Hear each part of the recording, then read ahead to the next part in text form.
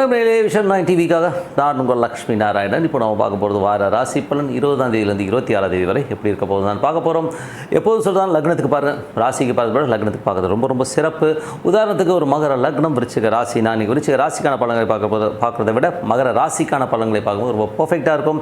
முதல்ல பொது பலன்கள் வரும், அதுக்கப்புறம் தசா புத்தி அந்தரங்களுக்கான பலன்கள் வரும். உங்களுடைய தசா புத்தி அந்தரங்கள் என்னவோ அதையும் மிங்கிள் பண்ணி பார்க்க ரொம்ப பர்ஃபெக்டாக இருக்கும். இந்த வீடியோட எண்டில் டிப் ஆஃப் த வீக் இருக்குது, மறக்காமல் பாருங்கள். கும்பராசிக்கு பார்த்தீங்கன்னா உங்களது ராசி அதிபதி சனி ராசியில கொஞ்சம் சோம்பேறித்தனங்கள் அதிகமாக இருக்கிறதுக்கான வாய்ப்புகள் நிறைய இருக்குது. நிறைய சொத்துக்கள் வாங்கணுங்கிற எண்ணங்கள், அதுக்கான வருமானங்கள் வருவதற்கான வாய்ப்பு ரொம்ப நல்லா இருக்குது. வண்டி வாகனங்கள் வாங்குகின்ற யோகங்கள்லாம் ரொம்ப நல்லா இருக்குது. ஸோ எல்லாமே ரொம்ப சிறப்பு தான். அது மட்டும் இல்லாமல் உங்களுக்கு 2 மற்றும் 11ஆம் அதிபதி 5 இருக்கும். ஆன்மீக சுற்றுலா, ஆன்மீக சம்பந்தமான விஷயங்கள் ரொம்ப சிறப்பான விஷயங்கள் நல்லாயிருக்கும். அது மட்டும் இல்லாமல் கொஞ்சம் குழந்தைகளாக நிறைய செலவு பண்ணுறதுக்கான வாய்ப்புகள் நிறைய பேருக்கு இருக்குது. ஸோ அதனால் நல்ல விஷயங்கள் தான். மற்றபடி பார்த்திங்கன்னா உங்களுக்கு 3ஆம் அதிபதியான செவ்வாய், ஸோ 3 மற்றும் 10ஆம் அதிபதியான செவ்வாய் உங்களுக்கு 2இல் இருக்கும்போது கொஞ்சம் கலகங்கள் ஏற்படுவதற்கான வாய்ப்பு இருக்கணும். ரொம்ப கவனமாக இருக்கணும். தொழில் ரீதியான விஷயங்கள்லாம் கொஞ்சம் நல்லா இருந்தாலும் கொஞ்சம் கொஞ்சம் கேர்ஃபுல்லாக இருக்கின்ற ஒரு காலகட்டம் தாங்க. ஸோ ஏன்னா அது ஒரு சின்னதாக ஒரு ஸ்ட்ரெஸ் வருவதற்கான வாய்ப்புகளும் கொஞ்சம் பார்த்து நடந்துக்கணும். கொஞ்சம் அலைச்சல்கள் ஏற்படுவதற்கான வாய்ப்புகளும் இருக்குது. ஸோ தொழிலில் கொஞ்சம் கவனமாக இருந்துக்குங்க. மற்றபடி பார்த்திங்கன்னா உங்களுக்கு 4ஆம் அதிபதி மற்றும் 9ஆம் அதிபதி சுக்கிரன் 3இல் இருக்கும்போது தந்தை சார்ந்த விஷயங்கள்லாம் சிறப்பாக இருக்கும். பட் தந்தை சார்ந்த விஷயங்கள் உங்களுக்கு சின்னதாக வாக்குவாதங்கள் வரும். தொழில் ரீதியான விஷயம் சில பேர் பிரயாணங்கள் மேற்கொள்வதற்கான வாய்ப்புலாம் கொஞ்சம் பார்த்து நடந்துக்கணும். அதுக்கப்புறம் உங்களுக்கு 5ஆம் அதிபதி மற்றும் 8ஆம் அதிபதியான புதன் உங்களுக்கு 3இல் இருக்கும்போது கொஞ்சம் கம்யூனிகேஷன் சம்மந்தமான விஷயங்கள் ரொம்ப கவனமான. குழந்தைகள்கிட்ட பேசும்போது, அது முதல் குழந்தைகிட்ட பேசும்போது கொஞ்சம் கவனமாக இருக்கிறது ரொம்ப ரொம்ப அவசியம். கொஞ்சம் வெடுக்கெடுக்குன்னு பேசிடும். ஸோ அதனால் ஒரு மன உளைச்சல் வர்றதுக்கான வாய்ப்பு இல்லைன்னா இந்த வாரம் கொஞ்சம் கவனமாக இருங்க. ஏன்னா புதன் கேதுடைய சாரத்தில் போய் அது 8ஆம் இடத்துல இருக்கும்போது அந்த மாதிரி விஷயங்களை கொடுத்துரும். கொஞ்சம் கவனமாக இருக்கின்ற ஒரு காலகட்டம் தாங்க. ஸோ கும்ப லக்னமாக இருந்து உங்களுக்கு பார்த்திங்கன்னா அந்த மாதிரி விஷயங்கள் புதன் தசாபுத்தி நடக்கும்போது தான் இருக்கும். மற்றவங்களும் ஒன்றும் பெரிய ப்ராப்ளம். 6ஆம் அதிபதியான சந்திரன் நல்ல விஷயங்கள், நல்ல ஏற்றங்களை தருவதற்கான வாய்ப்பாக இருக்குது. நல்ல ஒரு வளர்ச்சி கிடைப்பதற்கான வாய்ப்பாக ரொம்ப சிறப்பாக இருக்குது. 7ஆம் அதிபதி சூரியன் பார்த்திங்கன்னா உங்களுக்கு 4இல் இருக்கும்போது நல்ல வளர்ச்சி, நல்ல சொத்துக்கள் அமைவதற்கான வாய்ப்பாக ரொம்ப நல்லா இருக்குது. நல்ல ஒரு அற்புதமான ஒரு விஷயங்கள் நல்லாயிருக்கும். நல்ல சுகமாக அற்புதமாக இருப்பதற்கான வாய்ப்புலாம் ரொம்ப நல்லா இருக்குது. 8ஆம் அதிபதியான புதன் 3இல் இருக்கும்போது கம்யூனிகேஷன், ஒருத்தட்ட பேசும்போது பழகும்போது ரொம்ப கவனமாக இருக்கணும். தேவையில்லாத பேச்சுக்களை தவிர்ப்பது நல்லது. கம்யூனிகேஷன் எரர் ஆகி நீங்கள் ஒன்று சொல்ல மற்றவங்க வேறு மாதிரி புரிஞ்சுக்கிறதுக்கான வாய்ப்பு ரொம்ப கவனமாக இருக்கணும். 9ஆம் அதிபதியான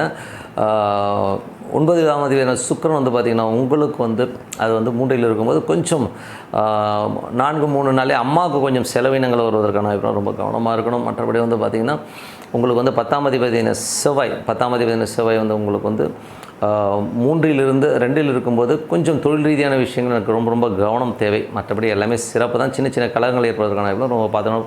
11 மற்றும் 2ஆம் அதிபதியான குரு உங்களுக்கு 4இல் இருக்கும்போது சொத்துக்கள் அமைவதற்கான, வண்டி வாகனங்கள் அமைவதற்கான வாய்ப்பெல்லாம் ரொம்ப சிறப்பாக இருக்கும். நல்ல லாபங்கள், நல்ல அதிர்ஷ்டங்கள் வருவதற்கான வாய்ப்பெல்லாம் ரொம்ப நல்லா இருக்குங்க. ஸோ அது ஒரு நல்ல விஷயந்தான். ஸோ அம்மாவனாலும் உங்களுக்கு ஒரு லாபங்கள் வரும். மற்றபடி பார்த்திங்கன்னா உங்களுக்கு அந்த அம்மா சம்மந்தமான விஷயம் நீங்கள் கொஞ்சம் சில நேரங்களில் செலவு பண்ணுறதுக்கான, ஏன்னா 4ஆம் தேதி 3இல் இருக்கும்போது இந்த ஒரு 3 நாள் தான். அதுக்கப்புறம் மிட் ஆஃப் தி வீக் எல்லாமே மாறிடும். ஸோ நல்ல விஷயங்கள், நல்ல மாற்றங்கள்னா நல்லாவே இருக்குது இந்த வாரம். இப்போது தசாபுத்தி பலன்கள் எப்படி இருக்குன்னு பார்ப்போம். தசாபுத்தி பலன் கும்ப லக்னமாக இருந்து சூரிய தசாபுத்தி சூரியன் பார்த்திங்கன்னா உங்களுக்கு 7ஆம் அதிபதியாக இருந்து அது 4இல் இருக்கும்போது நல்ல விஷயங்கள், நல்ல மாற்றங்கள் வருவதற்கான வாய்ப்பெல்லாம் இருக்குது. ரொம்ப சிறப்பான பலன்களை கண்டிப்பாக எதிர்பார்க்கலாம். அதே நேரத்தில் பார்த்திங்கன்னா கும்ப லக்னமாக இருந்து சந்திர தசாபுத்தி சந்திரன் 6ஆம் அதிபதியாக இருந்து வேலையில் நல்ல மாற்றங்கள், நல்ல ஏற்றங்கள், கேட்ட இடத்துல கடன் கிடைக்கிறது எல்லாமே ரொம்ப சிறப்பாக இருக்கும். அதுக்கப்புறம் கும்ப லக்னமாக இருந்து செவ்வாய் தசாபுத்தி நடக்கிறவங்களுக்கு எப்படி இருக்கும். ஸோ செவ்வாய் பார்த்திங்கன்னா உங்களுக்கு 3 மற்றும் உங்களுக்கு 9ஆம் அதிபதியாக 10ஆம் அதிபதியாக வருவார். ஸோ தொழில் ரீதியான விஷயம், நல்ல ஒப்பந்தங்கள் வருவதற்கான வாய்ப்புலாம் இருந்தாலும் சின்ன சின்ன கலகங்கள் வருவதற்கான வாய்ப்புலாம் ரொம்ப ரொம்ப கவனமாக இருக்கணும். கும்ப லக்னமாக இருந்து ராகு தசாபுத்தி 2இல் ராகு இருந்து அது புதனுடைய சாரத்தில் போகும். ரொம்ப கேர்ஃபுல்லாக பேசணும். பேச்சினால் நமக்கு ஒரு கலகங்களோ ஒரு டென்ஷனோ வருவதற்கான வாய்ப்புலாம் ரொம்ப ரொம்ப கேர்ஃபுல்லாக இருக்கணும். கும்ப லக்னமாக இருந்து குரு தசாபுத்தி நடக்கணும். குரு பார்த்திங்கன்னா உங்களுக்கு 4இல் இருந்து அது சூரியனுடைய சாரத்தில் ரொம்ப சிறப்பான பலன்களை, நல்ல விஷயங்களை கண்டிப்பாக ஏற்படுத்தும். அதில் பார்த்திங்கன்னா நல்லா தன வரவுகளை கொடுப்பதற்கான வாய்ப்புலாம் ரொம்ப நல்லா இருக்குங்க. ஸோ கும்ப லக்னமாக இருந்து சனி தசாபுத்தி சனி பார்த்திங்கன்னா உங்களுக்கு ராசியிலே இருந்து அது குருவின் சாரத்தில் போகும்போது நல்ல விஷயங்கள், நல்ல ஏற்றங்கள், நல்ல லாபங்கள் வருது. வேலையில் நல்ல ஏற்றங்கள், நல்ல லாபங்கள் வருவதற்கான வாய்ப்புலாம் ரொம்ப சிறப்பாக இருக்குது. கும்ப லக்னமாக இருந்து புதன் தசாபுத்தி புதன் பார்த்திங்கன்னா 5-8ஆம் அதிபதியாக இந்த 3இல் இருக்கும்போது தேவையில்லாத ஒரு கம்யூனிகேஷன், பேசும்போது கொஞ்சம் மற்றவங்கிட்ட பேசும்போது என்ன பேசணுது தெரிஞ்சு பேசுறது நல்லது, சிந்திச்சு பேசுறது ரொம்ப ரொம்ப நல்லது. ஒரு சின்ன கம்யூனிகேஷன் கேப்னால் நிறைய ஸ்ட்ரெஸ் வருவதற்கான வாய்ப்புலாம் ரொம்ப ரொம்ப கவனமாக இருக்கணும். அதுக்கப்புறம் பார்த்தோன்னா கும்ப லக்னமாக இருந்து புதன் தசாபதி ரொம்ப கேர்ஃபுல்லாக இருக்கணும். அதே மாதிரி கும்ப லக்னமாக இருந்து கேது தசாபதினா 8ல் உள்ள கேது வந்து சந்திரனுடைய சாரத்தில் போகும்போது கொஞ்சம் வேலை விஷயங்கள் யாரெல்லாம் கேது தசாபதி இருந்தாலும் வேலையில் ரொம்ப கவனமாக இருக்கின்ற ஒரு காலகட்டம். ஏன்னா வந்து அதில் வந்து நமக்கு ஒரு சின்ன ஸ்ட்ரெஸ் வரும், கடன் மன உளைச்சலை ஏற்படுவதற்கான வாய்ப்புலாம் நிறைய பேர் இருக்கும். ஸோ கொஞ்சம் கேர்ஃபுல்லாக இருக்கின்ற ஒரு காலகட்டங்கள். அதுக்கப்புறம் வந்து கும்ப லக்னமாக வந்து சுக்கிர தசாபுத்தி அந்த சுக்கிரன் வந்து 4 மற்றும் 9ஆம் அதிபதியாக இருந்து அது வந்து 3ல் இருக்கும்போது தாயாருடைய உடல்நலம் சார்ந்த விஷயம் ரொம்ப கவனமாக இருக்கணுங்க. சுக்கிர தசாபுத்தி அந்த நடக்கும் தாயாருக்கும் உங்களுக்கும் ஒரு சின்னதாக ஒரு டிஃப்ரென்ஸ் ஆஃப் ஒப்பீனியன் இன்னும் ஒரு 3-4 நாள் தான், அதுக்கப்புறம் மாறிடும். ஸோ அதுவரை கொஞ்சம் கேர்ஃபுல்லாக இருக்கிறது ரொம்ப நல்லது.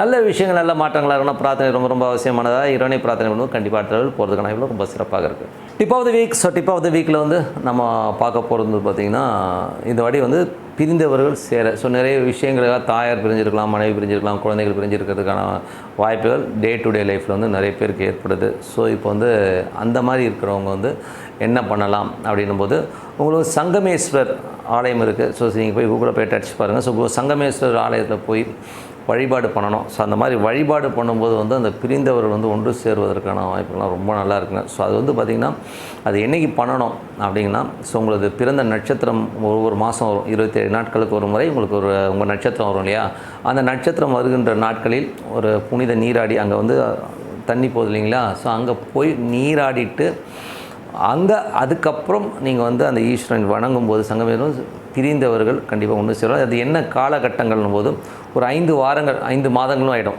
ஓகேங்களா, மாதத்துக்கு ஒரு அடி தானே வரும். ஸோ 5 மாதம் விடாமல் உங்கள் நட்சத்திர பிரகாரம் போயிட்டு கும்பிட்டுட்டு வந்தீங்கன்னா பிரிந்தவர்கள் கண்டிப்பாக ஒன்று சேருவதற்கான இப்போ ரொம்ப சிறப்பாக இருக்குது.